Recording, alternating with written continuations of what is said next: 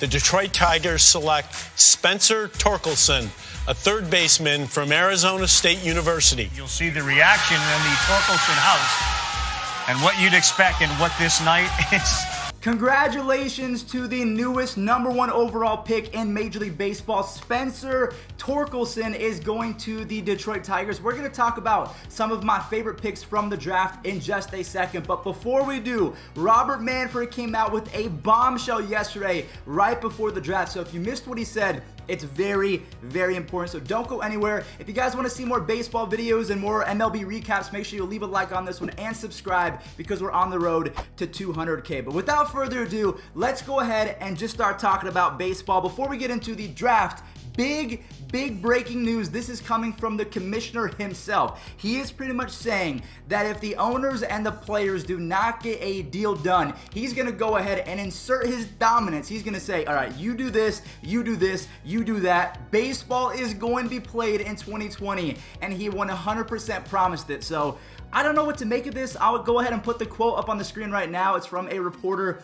named John Heyman. Now, John Heyman, he's been known to take a little sauce. That's just a joke because sometimes his tweets are completely nonsensical and all over the place, so they call him the Sauce Man. But let me know in the comment section down below, do you believe Robert Manfred? I'll have to say I will be coming out with a rant video and where I try and go for the job that Robert Manfred is currently holding. I want to be the commissioner. I have some pretty good ideas, but I don't think it's going to be for another decade or so. But if you guys want to see that video, go ahead and let me know. So Robert Manfred said that, and then Max Scherzer from the top ropes from his iPhone on his couch like 8 o'clock last night, he said this, that the owners pretty much don't care about the game, which is safe to say that he's not wrong by saying that, because if the owners wanted baseball, don't you think that baseball would have been back already? The owners send a proposal, and then the players say, wait, it was the same thing, because if you guys did not know, a recent proposal just came out from the owners that was pretty much the exact same thing as the previous one. Yeah, it was different in terms of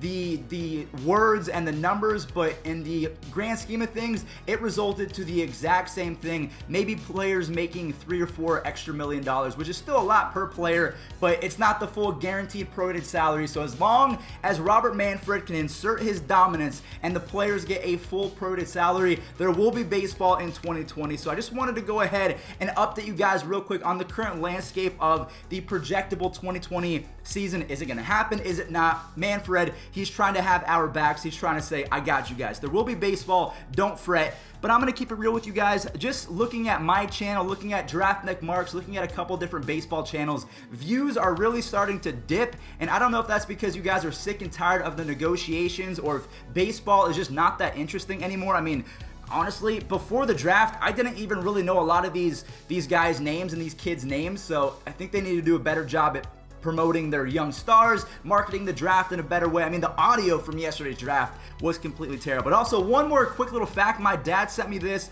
I woke up and this is a mic drop from Coca-Cola. It's owned by, it's a Fortune 500 company, and Warren Buffett invested a ton of money into Coca-Cola. So they know what they're doing. Warren Buffett is a very smart investor. They just pulled the plug on their sponsorship with MLB. And it makes me think the viewership and the interest of baseball has declined over the last year, as evident by this graph right now. It's not just because we're in the off season. Baseball is just not being talked about in general. You know, they didn't even put their skins into Fortnite. That's the easiest marketing tool of all time, and Major League Baseball just said, we don't need it. So I could rant all day long about Major League Baseball, but they just lost a massive sponsorship because the Coca-Cola company, they took a look at their North American assets, and they said, it's not worth it. That's where we're at right now in baseball, we're just going in circles. We're going in circles. We look like complete jokes in comparison to the NBA and NFL. It's really sad to see. But now we're going to go ahead and move on to a lighter note. Happy news. All of these kids and their dreams have come true. Their hard work is literally paying off. We have so many amazing studs that were drafted yesterday. My two favorite picks from yesterday, I'm going to go ahead and say it right now. Austin Martin is a stud going to the Toronto Blue Jays. So they're going to have Vlad Jr., Kevin Biggio, I almost said Dante Bichette, his son, Bo Bichette. They have Austin Martin, a lot of guys in that lineup that are young, and they're going to rake for I would say for the next decade. These kids are not going to miss. Also, Bobby Miller for the Dodgers. The Dodgers have a terrific scouting department. They have a really good organization in terms of developing talent. So I think Bobby Miller, who can touch 100 miles an hour, he almost reminds me of Jack Flaherty, just someone who throws a little bit harder than that. So I want you guys to let me know in the comment section down below. Do you think that Bobby Miller is going to be good? Do you like the Austin Martin pick to the Toronto Blue Jays? One pick that really surprised me, I was streaming, right? And I didn't want to show all the audio because, again, Major League Baseball is a corrupt overlord when it comes to copyright, so I didn't want to get my channel shut down, so I just had it playing in the background. When the Indians pick came up, I turned it on for a second. I risked it all. The Indians have selected Carson Tucker. Okay, what position does he play? The Cleveland Indians select Carson Tucker, a shortstop. Son of a bitch! Shortstop. The Indians selected a shortstop with their first round pick. We need outfielders. Come on. What are we doing here? So that one really confused me. Now, I do want to go ahead and give the benefit of the doubt to Carson Tucker. I'll go ahead and throw up some highlights right now because he does look to be a project. He has a pretty nice swing. He's the younger brother of Cole Tucker of the Pittsburgh Pirates. So baseball and being an athlete just runs in their veins and through their blood. But I do have to let you guys know, he's going to be a project. I am under the impression that when you have a baseball draft, it's a crapshoot. You pretty much draft the best player possible because you can sign free agents, you can make trades. I put up a tweet this morning. These are all of the players that the Indians have traded for in my lifetime. That is a ton of good talent. So you do not always have to hit the ball out of the ballpark when it comes to the draft. I mean, one team, the Yankees, they're pretty terrible at drafting in the first round. I mean, 24 years ago today, the Yankees actually sent down Mariano Rivera and Derek Jeter. So it just goes to show you that players you draft don't always work out in the first couple years or in their first season when they debut. It takes some time,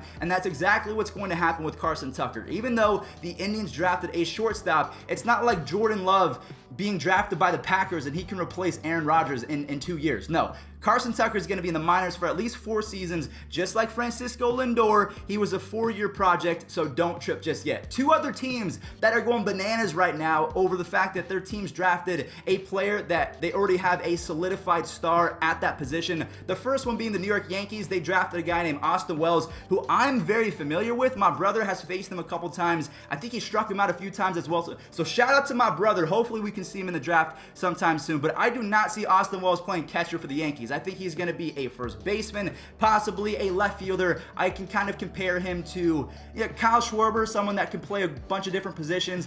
But if we take a look, Josh Donaldson, Kenley Ramirez, Bryce Harper, they were all drafted as catchers, and we all know that they're not catchers anymore. So don't hold their feet to the fire just yet. They're young kids, support their development, and if they play third base or first base, or if they're even better than Gary Sanchez, why does it matter? I don't really understand that, and people wanted me to be mad over Francisco Lindor being replaced. He's not going to be replaced. Gary Sanchez is not going to be replaced either. And also, Joey Bart was taken I think it was either last draft or the draft before by the San Francisco Giants, and then the Giants picked up a young stud in Patrick Bailey. Again, I don't think that Buster Posey's job is in jeopardy. I don't think that Joey Bart's future job as the catcher for the Giants is in, jeopardy. I think that Patrick Bailey can be a third baseman, an outfielder, a corner outfielder, a first baseman. And if you take a look at this swing, why would you not want this kid on your team? I just don't understand it.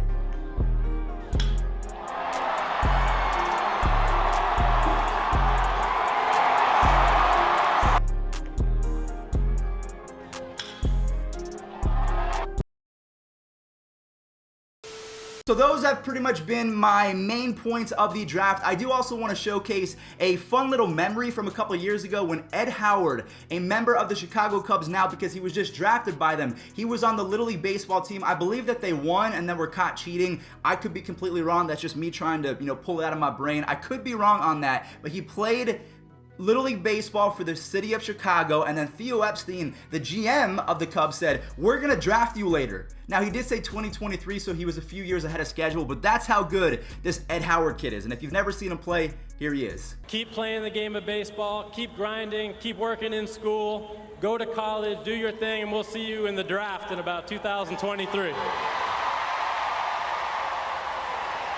Cubs select Ed Howard.